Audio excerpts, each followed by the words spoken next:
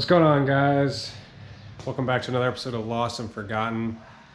On today's episode, we are going to tackle the first project for the Chrysler 300. Today we're going to take the front bumper off, hopefully, and remove that hideous aftermarket mesh style emblem has fallen off grill, put on by a previous owner, and we're going to put on the stock chrome ribbed grill that I got here. This is the kind of the key item on the front of this car that when you see it come down the road, you notice that first. So I want to take it back to stock. Think I know what I'm doing here. Let's go get after it.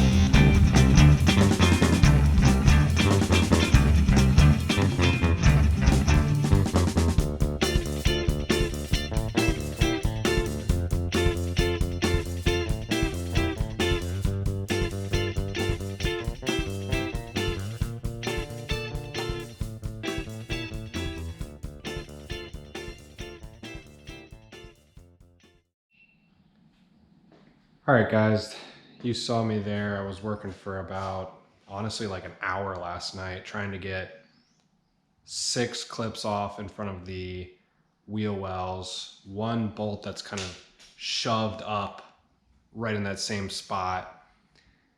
And then there's, 10 little bolts on the bottom. That was easy, no issue there. There's 4 clips on the top, no problem. But it's still kind of fighting me and doesn't want to come off. I think I need to tug a little harder. So I'm going to try that now.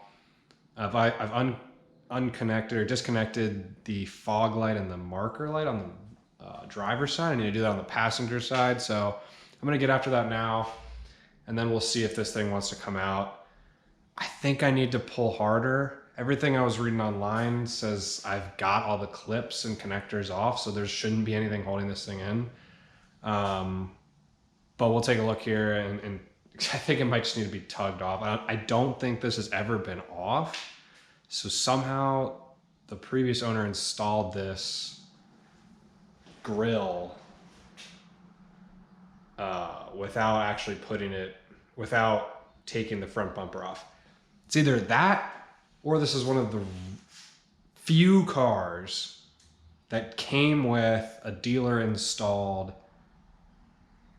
mesh grille like this one. I don't know if that's the case with this. This really looks like an aftermarket piece. But anyways, I'm gonna give it a shot here. Have fun watching.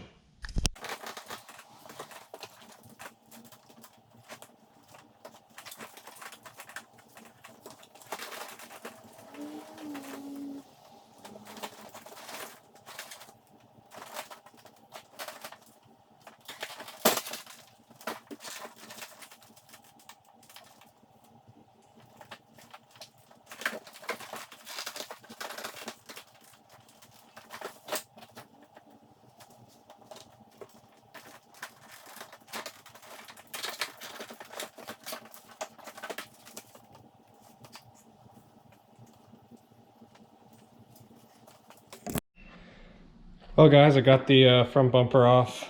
I was right, I just had to pull a little harder on that, and there's just some kind of like pressure. These tabs right here, it's just kind of a really tight fit on this here. So got that off and confirmed my suspicions that I had while I was doing this yesterday. I think there was a squirrel or something, or a chipmunk or something living in here. I mean, look at these nuts, guys. I mean, they're everywhere in here. I think it's safe to say there could have been a squirrel or a chipmunk or something storing his nuts down low here. I don't think he went anywhere else on this car. Find out, but it looks like it was just that one side too, but there was some serious nut action up there. It might have been just a temporary thing, just like a winter hibernation. But we're gonna lay this bumper flat out on the floor here and make sure we don't scratch any of the paint, because this paint's in perfect condition. And we'll go ahead and diagnose what we need to do to get this grille swapped out.